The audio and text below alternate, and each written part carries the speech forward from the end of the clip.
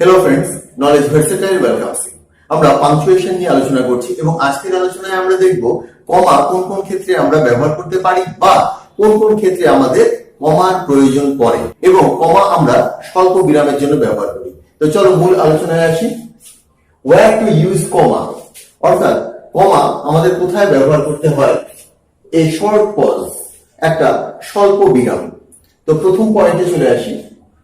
Two separate words in a list, তুমি একটা তালিকার উল্লেখ করছো, লেখার সময় তুমি একটা তালিকার উল্লেখ করছো। তো তালিকার যে সামগ্রীগুলো রয়েছে, যে আইটেমগুলো রয়েছে, তো সেগুলো লেখার পর একটা করে তোমাকে কমা দিতে হবে। যদিও শেষ আইটেমের আগে তোমার এন্ড এর প্রয়োজন পড়বে, কিন্তু যখনই তুমি লিস্ট বানাবে, যদি সেটা 2 এর অধিক হয়, তো সেক্ষেত্রে তোমাকে কমার প্রয়োগ করতে হবে। যেমন দেখো, he bought a book, a pen, paper and ink. তো এখানটা সে যে জিনিসগুলো কিনেছিল সেগুলোকে আমরা এক এক করে কমা দিয়ে কিন্তু সেপারেট করেছি। হি বট এ বুক, সে একটি বই কিনেছিল, comma, a pen, comma, paper and ink. Paper and ink শেষ দুটোর জন্য আমরা কিন্তু এন্ড এর প্রয়োগ করব। পরবর্তী পয়েন্টে আসছি। To separate vocative case. Vocative case হচ্ছে তোমার সম্বোধন পদ। অনেক ক্ষেত্রে দেখবে কোনো ব্যক্তিকে আমরা সম্বোধন করি, যে স্যার এদিকে আসুন, দিদিমণি এই কাজটি করুন, মহাশয় এখানে বসবেন না। এই যে মহাশয়, স্যার, দিদিমণি, যাই হোক না কেন, যে ছেলেরা তোমরা আজ ভালো খেলেছো, ছেলেরা, এক্ষেত্রে এই যে সম্বোধনকারী যে শব্দগুলো রয়েছে, এই শব্দগুলোকে কিন্তু সেপারেট করার জন্য আমাদের কমার প্রয়োজন পড়বে। দেখো এখানে sir, may I come in, যে ব্যক্তি রয়েছে তাকে আমি স্যার বলে সম্বোধন করলাম, তো সেই জন্য আমার স্যারের পর একটা কমার প্রয়োজন পড়বে। তারপরটা দেখো, Tom open the door, Tom তুমি দরজাটা খোলো। তো টম বলে তাকে আমি সম্বোধন করলাম, তারপর বললাম যে তুমি দরজাটা খোলো। টমের পর এখানে আমাদের কমা দিতে হবে। হি ইজ ম্যান, ম্যাম হচ্ছে ম্যাডাম, ম্যাডামের শর্ট ফর্ম আমরা ম্যাম বলি। He is man still writing, ma'am সে এখনো লিখছে। এবার দেখো, আমি কাউকে ম্যাডাম বলে সম্বোধন করলাম, এই সম্বোধনকারী পদটাকে আমি সেন্টেন্সের মাঝে ব্যবহার করলাম। এক্ষেত্রে কিন্তু আমার এই ম্যাডামের পূর্বে এবং পরে, অর্থাৎ আগে এবং পরে দুই জায়গাতেই আমার কমার প্রয়োগ করতে হচ্ছে। ভোকাটিভ কেস, এই সম্বোধন পদের আগে এবং পরে যদি সেটা সেন্টেন্সের মাঝে হয়, তোমাকে কমার ব্যবহার করতে হবে। তারপর দেখো, boys I am proud of you, বালকেরা আমি তোমাদের জন্য গর্বিত। এক্ষেত্রে যে ছেলেরা রয়েছে তাদেরকে আমি বয়েজ বলে সম্বোধন করলাম, তো বয়েজের পর একটা কমার ব্যবহার হলো। এবার আমরা 3 নম্বর পয়েন্টে আসি। To separate introductory yes or no, আমরা অ্যাফার্মেটিভ এবং নেগেটিভ সেন্টেন্স বলার সময় শুরুতেই ইয়েস বা নো দিয়ে শুরু করি। তো এটাকে আমরা বলি ইন্ট্রোডাক্টরি ইয়েস বা ইন্ট্রোডাক্টরি নো। তো সেই ইয়েস বা নো বলার পর আমাদের একটা কমা ব্যবহার করতে হয়। Yes I will do it, হ্যাঁ আমি এটা করব। No he is not here, না সে এখানে নেই। এটা ইয়েস, এটা একটা ইন্ট্রোডাক্টরি ইয়েস, এরপর আমরা কমা ব্যবহার করলাম। নো, এটাও একটা ইন্ট্রোডাক্টরি নো এবং এরপর আমরা কমা ব্যবহার করলাম। সাধারণত ইয়েস এর ব্যবহার করলে সেন্টেন্সটা অ্যাফার্মেটিভ হয় এবং নো এর ব্যবহার করলে সেন্টেন্সটা নেগেটিভ হয় সাধারণত। এবার 4 নম্বর পয়েন্টে আসি। বিফোর এ কোটেশন মার্ক, যখন কোনো উদ্ধৃতি থাকবে, বক্তা যেভাবে কোনো বক্তব্য রেখেছে ঠিক এই একই রকম ভাবে বক্তব্যটাকে তুলে তুমি যদি বাক্যে প্রয়োগ করো, তো তখন সেটাকে উদ্ধৃতি বা ইনভার্টেড কমার মধ্যে রাখতে হয়। ইনভার্টেড কমা দিয়ে তুমি যে কোটেশন বা উদ্ধৃতিটাকে তুমি লিখবে, তার পূর্বে কিন্তু তোমাকে কমা দিতে হবে। তোমরা ন্যারেশনে সবসময় ডাইরেক্ট স্পিচে এটা পেয়ে থাকো। যেমন ফাদার সেড টু মি, বাবা আমাকে বলেছিল, comma, I will call you back, আমি তোমাকে কল করব, আমি তোমাকে ফোন করব। I will call you back, এই যে উদ্ধৃতি, এটা হচ্ছে বাবার বক্তব্য, তার পূর্বে আমাকে একটা কমা দিতে হবে। এবার 5 নম্বর পয়েন্টে আসি। Before and after an apposition, অ্যাপোজিশনের পূর্বে এবং পরে আমাকে কিন্তু কমা বসাতে হচ্ছে। এখানে অ্যাপোজিশন কথার অর্থ হচ্ছে সমার্থক শব্দ। একটা এক্সাম্পল দেখি। Rabindranath the great poet wrote the poem, Rabindranath এবং দ্য গ্রেট পোয়েট এই দুটো অংশই কিন্তু একই ব্যক্তিকে নির্দেশ করছে, অর্থাৎ সমার্থক। তো সেই জন্য এটাকে আমরা বলবো, এই অংশটাকে আমরা বলবো apposition. The great poet, the great poet আর রবীন্দ্রনাথ একজন ব্যক্তি। তো এক্ষেত্রে আমরা কিন্তু কমার প্রয়োগ করবো এর পূর্বে এবং পরে। তো তোমরা অ্যাপোজিশন এবং ভোকাটিভ কেস এই দুটোকে কিন্তু মিলিয়ে ফেলবে না।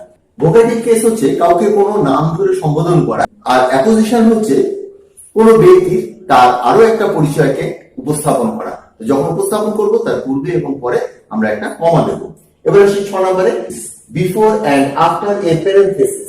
প্যারেনথেসিস এর কথার অর্থ হচ্ছে অতিরিক্ত তথ্য বা এক্সট্রা ইনফরমেশন, যেটা বাক্যে না দিলেও বাক্যটা সঠিক, কিন্তু তুমি বাক্যটাকে একটু বিশেষ করার জন্য এই প্যারেনথেসিস এর প্রয়োগ করতে পারো। যেমন ধরো, she is after all a good student।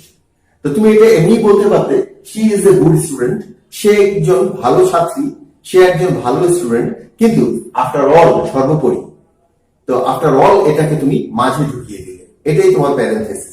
Parenthesis না দিলেও সেন্টেন্স কিন্তু প্রপার থাকে। তো প্যারেনথেসিস অর্থাৎ আফটার অল এখানে ঢোকানোর পর পূর্বে এবং পরে আমার কমা ব্যবহার করার প্রয়োজন পড়লো। এবার 7 নম্বরে আসি, after an absolute phrase. Absolute phrase অর্থাৎ হ্যাভিং এর প্রয়োগ করে যখন আমরা কোনো সিম্পল সেন্টেন্স গঠন করি, হ্যাভিং এর প্রয়োগ করে আমরা যখন সেন্টেন্স তৈরি করি, তো সেক্ষেত্রে এই হ্যাভিং এর অংশটুকুকে অ্যাবসলিউট ফ্রেজ বলে। সূর্য ওঠায় তারা যাত্রাটা শুরু করেছিল, the sun having risen they started their journey. The sun having risen we started our journey. এক্ষেত্রে যে মানেটা হচ্ছে সূর্য উদিত হওয়ায় আমরা আমাদের যাত্রা শুরু করেছিলাম। The sun having Ryzen, the sun having Ryzen, এতটুকু কিন্তু তোমার অ্যাবসলিউট ফ্রেজ, সূর্য উদিত হওয়ায়, কমা এখানে মূল সেন্টেন্স হচ্ছে উই স্টার্টেড আওয়ার জার্নি, আমরা আমাদের যাত্রা শুরু করেছিলাম। The sun having risen we started our journey. এবার আসছে একটা ইম্পর্টেন্ট পার্টে, সেটা হচ্ছে after an adverb clause if it starts the sentence. যখন দেখবে যে অ্যাডভার্ব ক্লজ দিয়ে সেন্টেন্সটা তোমার শুরু হয়েছে, তারপর কিন্তু তোমরা কমার ব্যবহার করবে। যেমন, যখন তুমি এসেছিলে তখন আমি ঘুমোচ্ছিলাম, যখন তুমি এসেছিলে তখন আমি ঘুমোচ্ছিলাম। যখন তুমি এসেছিলে, when you came। এবার তখনের জন্য তোমরা যদি then ব্যবহার করো তবে ভুল হয়ে যাবে, তখনের জন্য তোমার ব্যবহার করতে হবে কমা। when you came, comma, I was sleeping। যেহেতু সে এসেছে সেহেতু আমি তাকে সাহায্য করব। as he has come, সেহেতুর জন্য আমি কিন্তু কিছু ব্যবহার করবো না, কমা, I shall help him। যেহেতু সে এসেছে সেহেতু আমি তাকে সাহায্য করব। যেহেতু as he has come, I shall help him।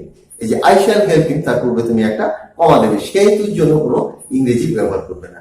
তো খেয়াল রাখবে, অ্যাডভার্ব ক্লজ দিয়ে যদি তুমি সেন্টেন্সটাকে শুরু করো, সেক্ষেত্রে তোমার মাঝে একটা কমা বসবে, কিন্তু এক্ষেত্রে প্রিন্সিপাল ক্লজ দিয়ে যদি সেন্টেন্সটা শুরু করো, তবে আর কমার কোনো অবকাশ নেই।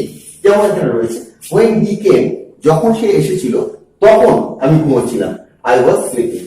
এবার তখনের জন্য কিন্তু আমি then দিলাম না, then I was sleeping এটা দিলাম না।